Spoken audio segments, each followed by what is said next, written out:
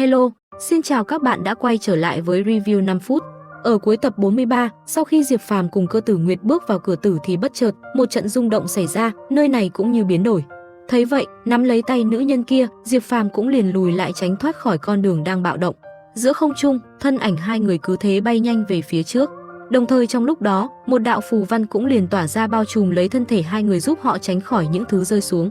Tuy nhiên, đang trong lúc trốn chạy, Cơ Tử Nguyệt được nam nhân kia ôm sát vào người lại khiến nàng sinh ra một cảm giác kỳ lạ. Cuối cùng, sau một hồi phóng người tránh thoát khỏi con đường dài thẳng tắp, hai người thân hình chợt dừng lại trước một bức tường. Trên bức tường kia chính là một cánh cửa tràn đầy tử khí. Nhìn nó, Diệp Phàm cùng Cơ Tử Nguyệt cảm thấy vô cùng tò mò. Sau một hồi phân vân, bàn tay Diệp Phàm khẽ động, anh ấy liền vận lực đánh ra một đạo phù văn về phía cánh cửa kia. Ngay lập tức cánh cửa phát sáng, nhất thời, một chữ tiên có màu vàng rực cũng liền phóng ra, sau đó hướng về phía hai người. Thấy vậy, Diệp Phàm cùng Cơ Tử Nguyệt kinh hãi. Dường như chữ tiên này do một vị tiên để lại, nói cách khác, đó chính là tiên huyết của người đó. Cuối cùng, khi chữ tiên kia biến mất, trên bức tường bất chợt xuất hiện những sợi tơ máu ngoe nguẩy tiến về phía trước. Thấy thế, Cơ Tử Nguyệt mang theo vẻ mặt ngây thơ, nàng cũng liền đưa cánh tay nhỏ nhắn của mình ra để liên kết với những sợi tơ máu kia. Tuy nhiên, không chỉ có nàng, Diệp Phàm cũng giống như thế, cả hai đều bị thần lực kia làm cho mê muội. Thế nhưng, khối lục đồng lại một lần nữa rung động. Ngay lập tức, nó liền khiến Diệp Phàm tỉnh táo lại. Nhìn thấy Cơ Tử Nguyệt gặp phải nguy hiểm, anh ấy lập tức kéo nàng ngược trở lại. Nhất thời, tất cả những ảo cảnh, những loại tưởng tượng, sương mù đã biến hết, trong đại điện chỉ còn lại có sát khí vô tận. Sau một hồi, đạo tử khí cùng ánh sáng kỳ ảo kia cũng liền biến mất. Trên vách đá, từng viên gạch chậm chậm mở ra hóa thành một cái thông đạo. Bất chợt, một thanh âm vang lên vang vọng khắp nơi này nói, nếu không phải tuyệt lộ thì nhất định có thể thành tiên, nếu như cầu gãy mà lại được nối lại thì nhất định trong đó có chứa bí mật. Một cơ hội thành tiên cho ngươi ở phía trước, ngươi mau đi tới đi. Nghe vậy, cả Diệp Phàm và Cơ Tử Nguyệt đều kinh hãi. Nhìn cô gái kia, anh ấy cười nói, vị tiên nhân tương lai này, ta nhường cơ hội cho cô. Thấy Diệp Phàm như vậy, Cơ Tử Nguyệt lém lỉnh, nàng liền chạy lại phía sau nam nhân kia. Sau đó, hai người cứ thế tiến về phía trước xuyên qua cánh cửa kia. Vừa đi, Cơ Tử Nguyệt thầm cảm thán, theo lời nàng, truyền thuyết Thanh Đông Tiên Điện vô cùng kiên cố, vậy mà lại có người phá được nó. Cứ thế, hai người đã ra được bên ngoài, thân ảnh của họ cứ thế hòa vào dòng nước và tiến lên đỉnh của Thanh Đồng Tiên Điện trở ra bên ngoài.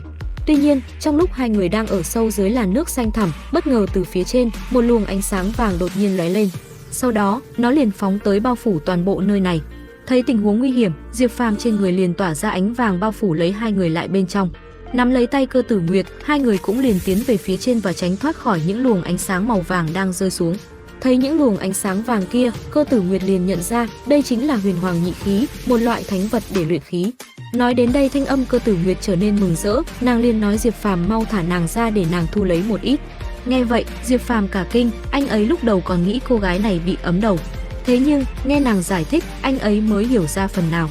Bây giờ, Diệp Phàm trong lòng hắn vô cùng kích động, nếu như có thể lấy được nó tế luyện lư đỉnh thì quả thật là tuyệt vời.